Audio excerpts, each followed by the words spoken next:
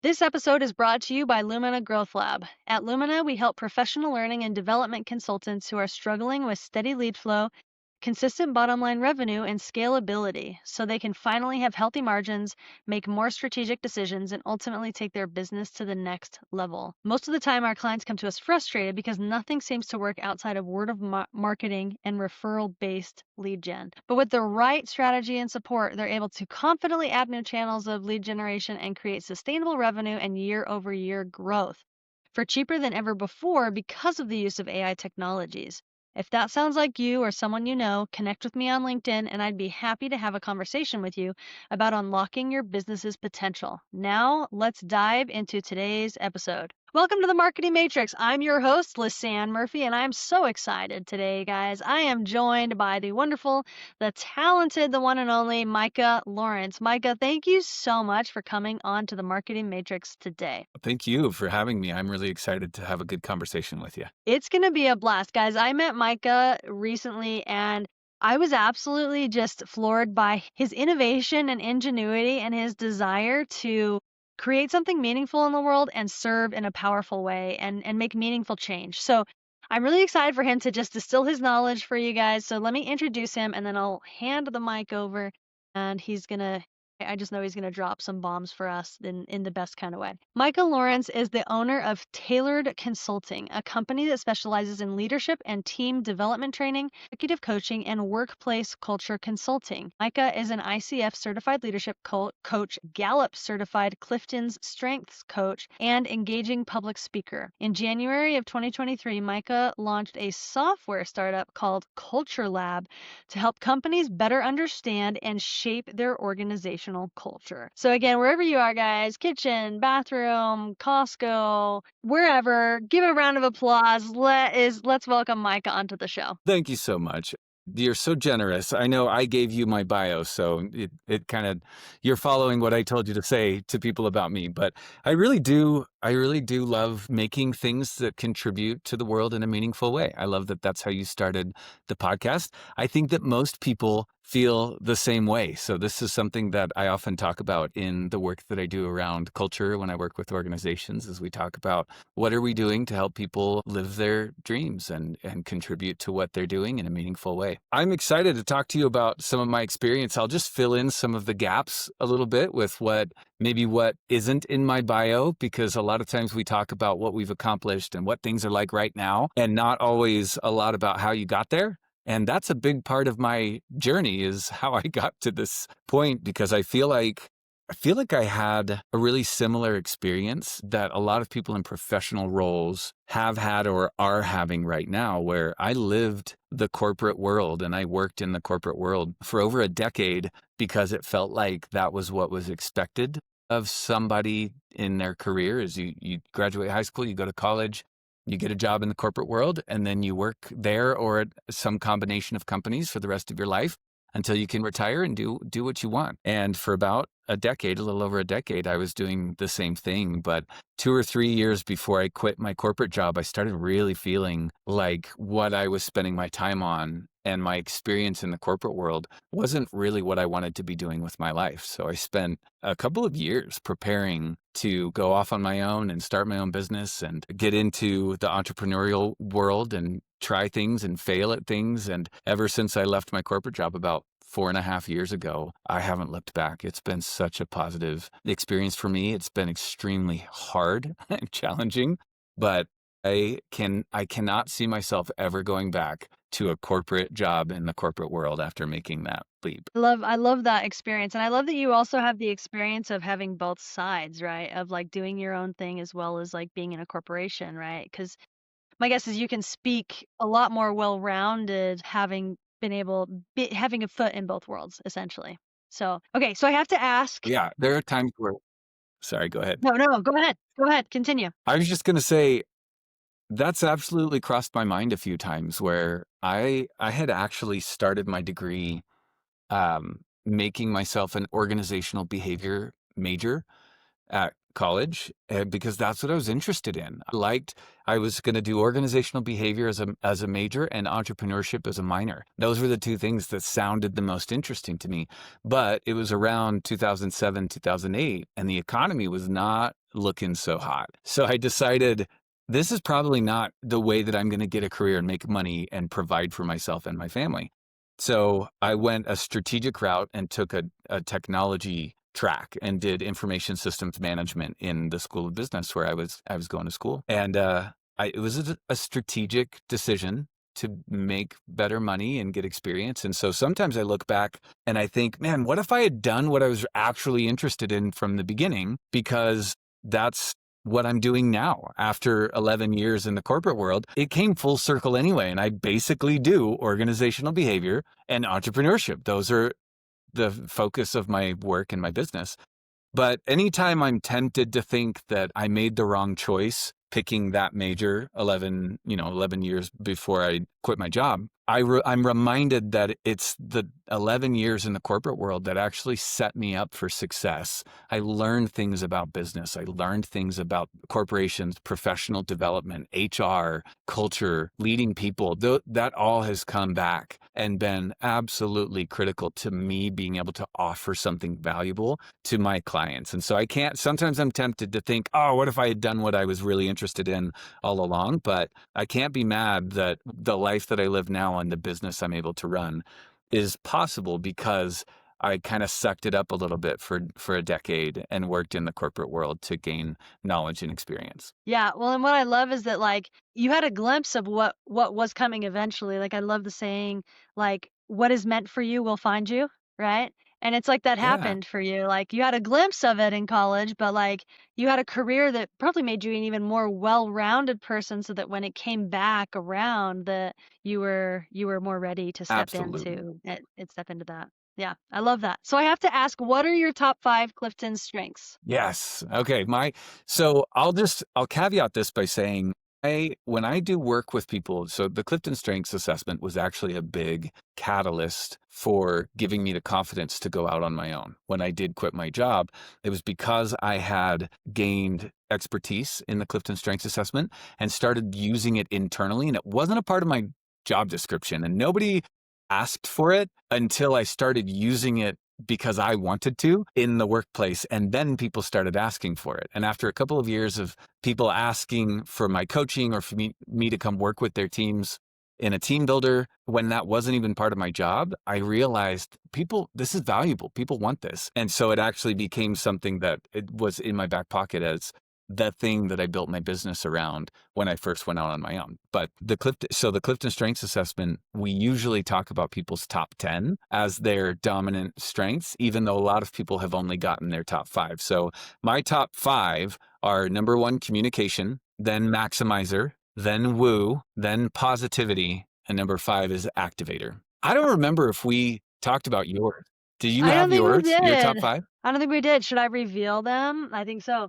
So my top If you 5, I have them, actually I want to know. do. I don't know that this is the exact order, but I know that these are in the top 5. Okay, that's okay. So my top 5 are focus, individuation, learner, heuristic, and ideation are my top. And I just have to say, like, I love the Very Clifton cool. Strengths Finder. It's a tool that I use when I'm hiring someone. I'll make them take the Clifton's Strengths Finder and a couple.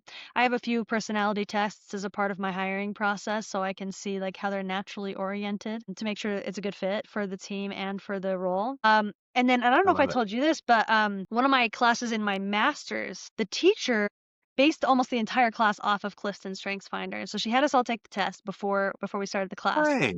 And she put us into teams, and we didn't know this when we first started, but she put us into teams where each person in the team had like a different set of strengths. Like there was like one that was like very You the did this on analytics purpose. person. Yeah, I love it. Well, it's funny how I've always liked personality assessments. I think that there's value in all of them if they help you become more self-aware. They build self-awareness, but one thing, a couple of things actually that I really focus on, and I think that has framed my mindset about people in general, is that the Clifton Strengths Assessment and some of the other assessments, but especially the Clifton Strengths Assessment, is so broad in the number of strengths that you can have. There are 34 different strengths. So it's not just 4 categories and that's it. You can go to a level of depth where you're seeing very specific strengths like the 5 that you mentioned and the 5 that I mentioned. We didn't share any of those top 5. Neither of us had one another's top 5 strengths. And you're heavy in the strategic thinking category, whereas I'm really heavy in the influencing category. And one of the things that I love about this that I think was evident in what your professor did is there's a mindset shift that happens for a lot of people when you learn about one another's strengths, where at the beginning, when there were moments of friction and tension in a relationship, a lot of times people will look at other people's differences and think, well, that's a problem in you that's bothering me, and you need to fix that thing because it bothers me. And when you think about it from a strengths perspective, you reverse that perspective or that mindset to a point where it stops being a problem in them that you think they just need to fix and that's wrong with them. And instead you start seeing your differences in somebody else as coming from a place of strength in them that I just don't understand. So it's not a problem. It's just they have a strength that I wouldn't understand. And it's a good thing. It's not a problem. And when people really do shift that mindset to everybody else's differences are a problem because they're not like me, to actually being a positive thing that other people's differences complement mine, I think everybody, every team, even in personal relationships, can experience what you experienced with your class, where what was a source of friction at the beginning can actually be a potential advantage when you learn that your strengths complement one another and that you work better together than you would individually. With Okay, that's Micah. what you're trying. Okay. Thank Next you. thing Yeah, absolutely. so I thought Yeah, was the second question. that is a good question. The second Okay. question, Yeah. This is such a can of worms because I've been thinking about and doing my own research on organizational culture for years and comparing to what, traditional mindsets about culture say and trying to come to some conclusions like you're asking about is who's right and who's wrong and where are we all right and where are we all wrong? And I still struggle sometimes to articulate my thoughts about culture because it is such an ambiguous thing. And I think one of the hardest parts for most people to even just the starting point, the baseline, is understanding what is actually culture. And there are so many different definitions. I saw someone post on LinkedIn a picture of a quote that just said, culture, let's see, what did they say? Culture is how you feel about Monday morning on Sunday night. And I was like, I saw all of these comments on that post that just it resonated with people. And I was like, that is a really insightful quote, but that is not what culture is. It's very interesting to point that out, that what you're talking about in a situation like that, and what a lot of my work is centered on when we do culture work with an organization, is not really about defining culture. There is some defining culture, but we talk more about alignment. So I'll back up a little bit and we'll talk about defining culture. The Society for Human Resource Management, SHRM, is what people call it for short. If you're in HR, that sounds totally normal to you. But if you're not in HR, you're like, what, SHRM? They've defined culture there's a verbose, like corporate speak way that they define culture, but they also put this side note that just says culture is what it's like to work here. And that is the best definition of culture that I've come across, is this is what it's like to work here. And however people define that is what your culture is. And so to answer your first question, there's an interesting relationship between what's happening at the top and what's happening at the bottom, because and the distinction is a term that we call espoused culture and real culture. And espoused culture is very much what leadership at the top thinks their culture should be. And real culture is what the employees say it actually is. So they both have to work together for culture to actually become what people want it to be in an organization. So I guess I would answer your question by saying it's neither. It's not just what we define at the top, because that's espoused culture. And it's not what employees define at the bottom. It's a combination of the two. That's why we don't just talk about defining culture, we talk about culture alignment.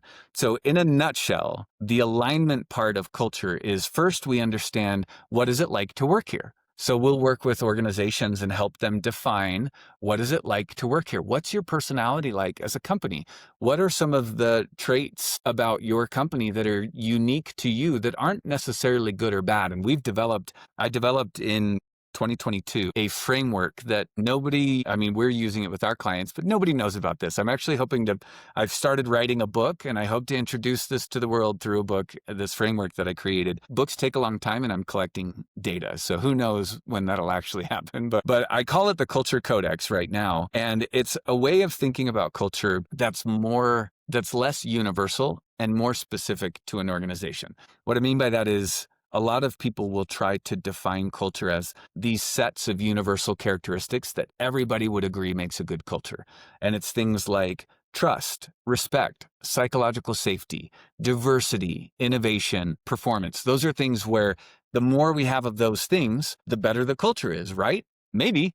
That's not always the case. A lot of those things are true. We want more of those things. They're all good things. But if everybody were to be able to say that those things were true of their company, there would still be different cultures from company to company. So now, what do we make of that? Even if we were all doing great at those things that we say are universally part of a good culture, what about the other aspects that make culture distinct? That's where the Culture Codex framework starts to ask companies, well, what is it like to work here? Are you a company that's very process oriented, where everything is written down and you know what your processes are and you follow your processes and you don't need employees to reinvent the wheel? Or are you more outcome oriented, where you don't necessarily need processes to be followed in a strict way and your employees are free to innovate and try new things and do it differently? There's no right or wrong. It just might be different for different companies and different industries, that this is what culture is like for us, or sorry, this is what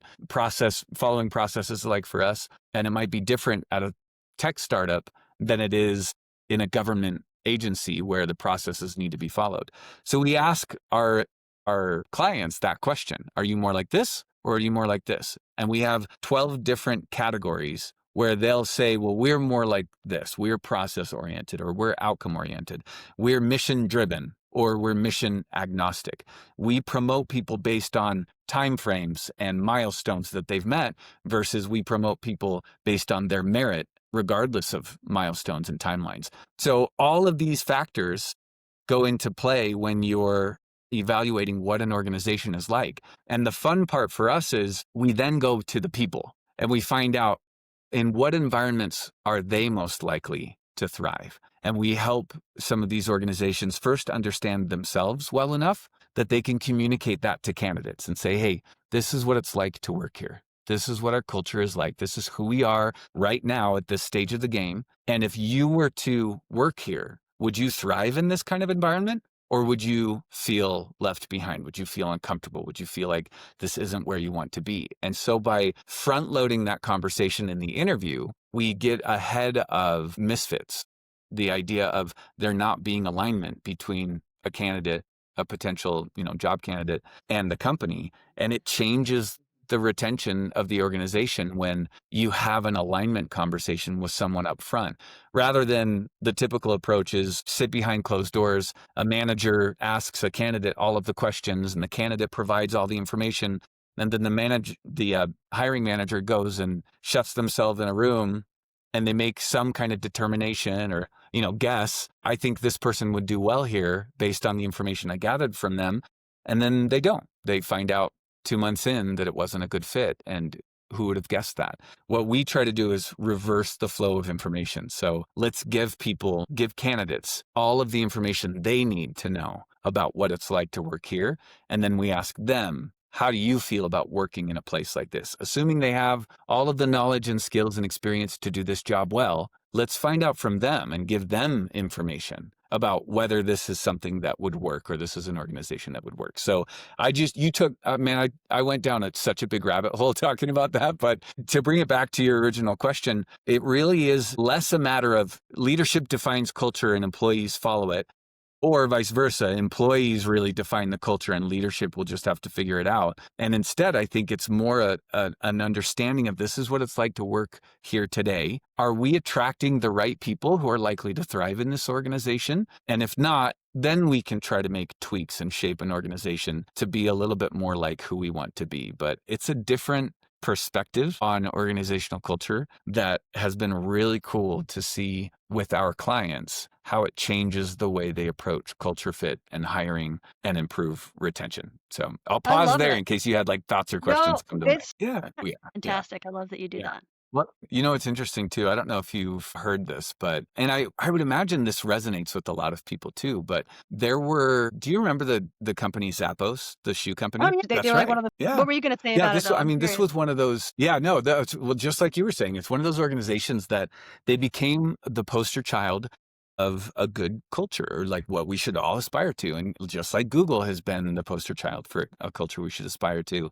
And yet they were self-proclaimed like a quirky culture. They had hierarchical structure, or very little hierarchical structure, like you described. They allowed their people to just solve their customers' problems, and it didn't really matter how much it cost. And so if people returned their shoes, it was like customer service was their thing, and it made them a different kind of company to work for. So much so that they were known for what they called pay to quit. They had an offer for employees, so newly hired employees. They would offer them $2,000 to quit their job after completing the initial training period. So it was like a really unconventional approach that ensured that only the employees who were truly committed to the company's culture and felt like they belonged there would stay. And so by giving new hires that option to leave with a cash incentive soon after they started, where it's like, shoot, I could just go get another job, and I just walked away with $2,000. Zappos filtered out the people that weren't fully aligned with the company's culture without having to let them go. They self-selected out for $2,000. And the employees who stayed reinforced their decision to commit to the culture by giving up $2,000 to do so. So you ask people like, my work, a lot of this actually comes back to my understanding of human behavior through personality assessments like the Clifton Strengths Assessment. So this is kind of a full circle moment, but people are weird, and we're all weird to each other. We have different quirks, we have different strengths, we have different values that make us so opposed to different ways of working. And I think it's evident in the way that people get so fired up about topics like religion and politics and certain topics that come up in the news. You'll think, well, how could someone believe what this person just wrote or said? I don't understand how someone could believe that. Well, that's because you have different preferences, tendencies, and values that person doesn't have. And so when you think about just how different people are and how they show up at work, it makes it easier to understand why Zappos isn't the best culture for everybody, and we shouldn't all try to be that culture. All organizations shouldn't try to be like Zappos, and they shouldn't try to be like Google, because some personality types and people with certain values would love to work for a company where there's no hierarchy, and I kind of get to experiment and do what I want and try new things and be innovative. But there are other people where that sounds like a nightmare. I want to know who I report to. I want to have guidance. I want to have some processes in place that tell me, hey, Micah, do your work and do it this way. That's comforting to some personalities. And so listening to the culture at Zappos, when they get there, they might be like, this is not for me. And $2,000 seems perfect right now for me to keep looking for another job. So I think it takes some empathy to really get in other people's heads and realize there is no perfect culture, but there's good alignment between the way that it is working one place and the way that some people want their work life to be, or their work environment to be. And that's really what we're looking for, is where's the alignment between the culture that organizations have to offer and the people that they're looking for who will thrive in that environment. Yeah, I mean, it's hard for people because we don't know what culture is. Like I said before, it's so ambiguous of a term that we think. I hear phrases from leaders all the time that I work with. They'll say something like, we're trying to build a culture of blank. And then they'll fill in the blank. And it's everything under the sun. We're trying to build a culture of respect. We're trying to build a culture of learning. We're trying to build a culture of curiosity. All things that I've heard from leaders. And I'm like, man, those are all really good things. But that's not what culture is. That's not a culture. And so I think it is hard for people to define who they are and what it's like to work there, because we're grasping at straws sometimes to even just understand what culture looks like. To which post? Culture. Yeah. Okay. I'm sorry. You're going back. Yeah. Going back to the beginning.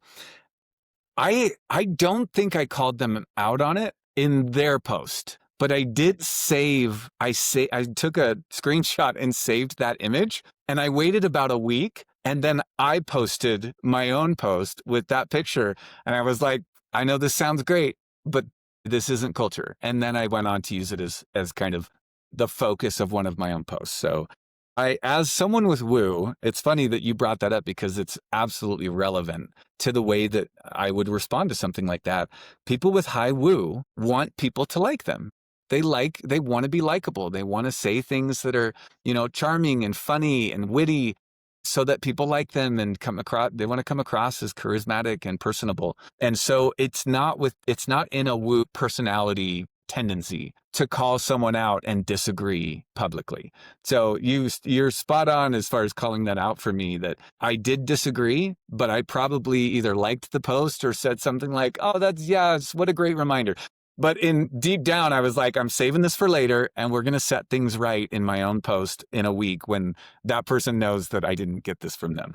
Incredible. Yeah. I love it. I You love want to it. hurt Okay. your feeling? Cool. Good question.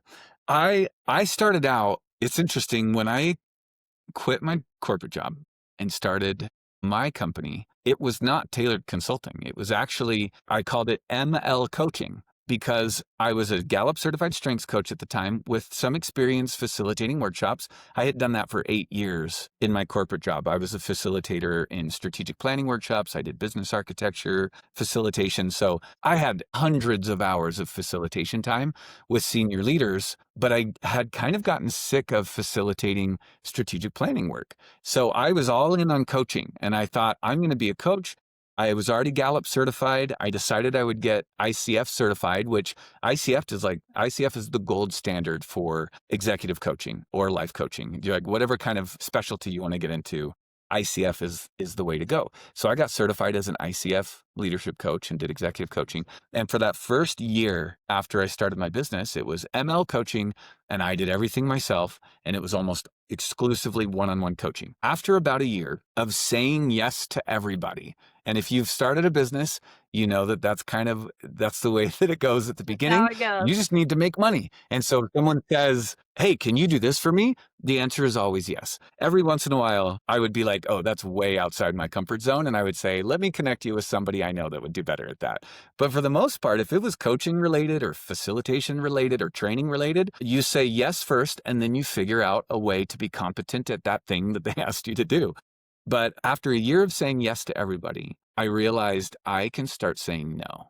And that was a really important part of my own growth and maturity as a business owner, to realize I learned over a year that these are the people I want to serve, and these are the people I really don't want to serve. And so I rebranded, and I kicked off Tailored Consulting and made it more than just about me. Because if it's ML coaching, anybody that comes along that wants facilitation or coaching, they expect ML. They expect Micah, right? So I called it Tailored Consulting and started branding my organization as being bigger than just me. Over the next year, I started hiring on coaches that were, if I'm being totally honest, better than me and had more experience than me, that loved coaching, that were trying to build their own business, having a coaching practice. And I started pairing up my clients with my coaching team by having anybody new that comes along that wants coaching. I have them meet with 2 of my coaches, and they get a free 30-minute discovery call where they can get a feel for what a coaching relationship and conversation is like. And they get a sense of the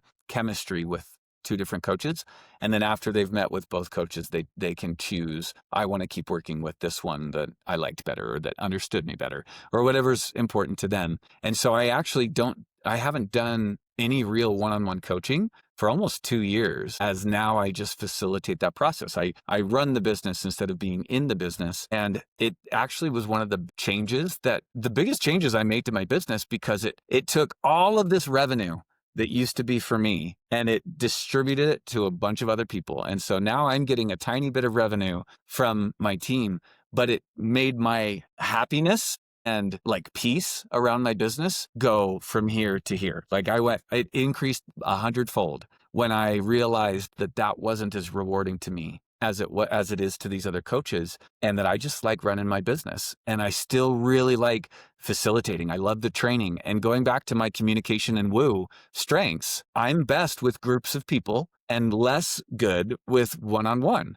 It's not that I'm not good at one-on-one, it's just I'm not as strong or as capable as when I'm with large groups. So I hired a bunch of these coaches that really are good at the one-on-one, but many of them are also really good facilitators, and they have experience in training too. So I kind of created this ability to use some of the people on my team in different capacities when necessary, but almost exclusively they're doing the coaching, and almost exclusively I'm doing the facilitation and the culture work. So my organization is still small. It's not just me anymore, and I'm growing as the demand requires it, which I think is a really important way to grow your business. I created the systems before the demand was there, and then as the demand came in, I scaled my systems to be ready for that increase in demand. But it's still a small team, but it makes us personalized. It helps us tailor to the needs of the people that come. I meet with almost all of my clients in the early stages, and I do the sales calls, and we talk about their needs, and I design the workshops that they want, or set them up with the coaches if they want executive coaching for their team. And it's just it's become a really rewarding partnership between me and the other coaches and facilitators that I work with that has turned out to be the best decision I could have made for my business. Is Yeah. this Yeah. being Thank you. the You know, what's funny is I have a strength in my top 10. It's not in my top 5, but it's very much in my top 10. And I see it in many aspects of my life. It's called adaptability. And so people with adaptability tend to be really good at adjusting to circumstances. If the world blows up and we all enter a pandemic period, people with adaptability are kind of like, okay, this is life now. Like, not a big deal. Whereas other people who have low adaptability are really shook by things like that. It can be really disruptive to their lives, where they really have to redefine everything. Whereas adaptability is a little bit more go with the flow, live in the moment, accept change as it comes, and deal with it. It also makes us sometimes seek out change. We like variety. We want things that are different.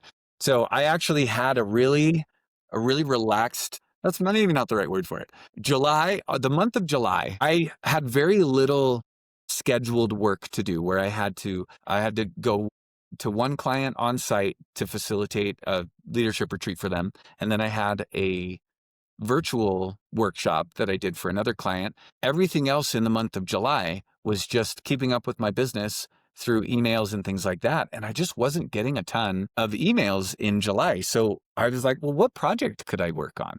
So I actually started vibe coding with AI, an app to help scan my website for any ADA compliance issues. So I learned that as a business owner, there are a lot of people out there, maybe not a lot, but there are people out there that will target small business websites for not being ADA compliant, so that they can take them, like start a lawsuit, take them to court, and then those small businesses will just settle, because we don't have lawyers. We don't have the money to go to court and prove that our website is or isn't compliant. And so they'll target these small businesses because they'll just pay out $5,000 to $15,000 or $20,000, and then they can move on and find another small business owner who is an ADA compliant on their website. And I was like, dang, that's messed up.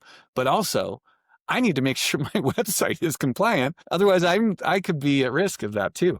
So instead of paying someone else to go to my website or paying people to scan it, I thought, I'm going to build one myself using AI. I really like AI. I find it fascinating. It's incredible to me how far it's come in such a short amount of time since AI has been around for a long time, but since ChatGPT came out, it's just exploded. And so in about 6 weeks, and for a couple $100, I built a website called adawebscout.com that now will help small business owners scan their website, and it develops a report for them that shows them all of the parts of their website that aren't compliant, that don't have the right contrast or alt images or alt text in their images.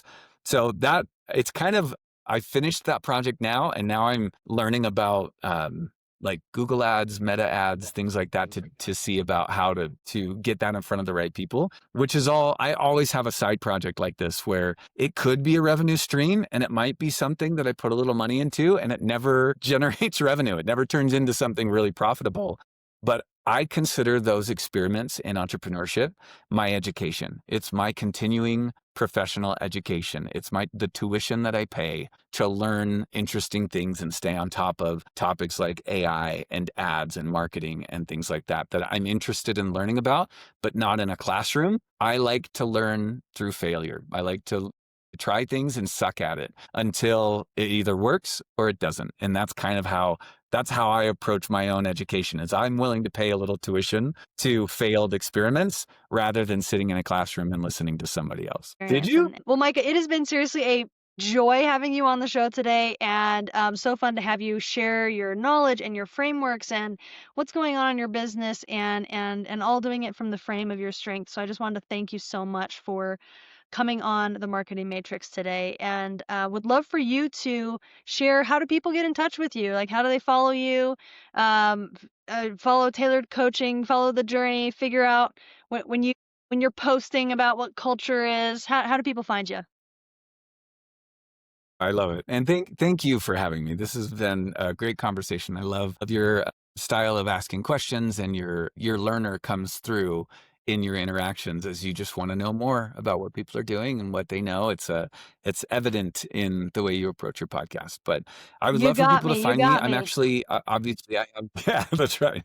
I do have a website, tailoredconsulting.com, which people can go there to learn more about my services if they're curious about working with me or they know someone who might want to work with me. But I'm most active on LinkedIn. So if people just look Micah Lorenc up on LinkedIn, check the show notes, because you won't probably guess how to spell my last name just by hearing it. But find me on LinkedIn, and I'm active most weekdays. I'm posting almost every weekday and commenting with people. I've found that the LinkedIn community can be actually a really great place to make real friends, real relationships that I've seen last for years and years since connecting with people on LinkedIn. So find me there, read my posts, comment. I'd love to interact with you if you have some time. I love it. Thank you.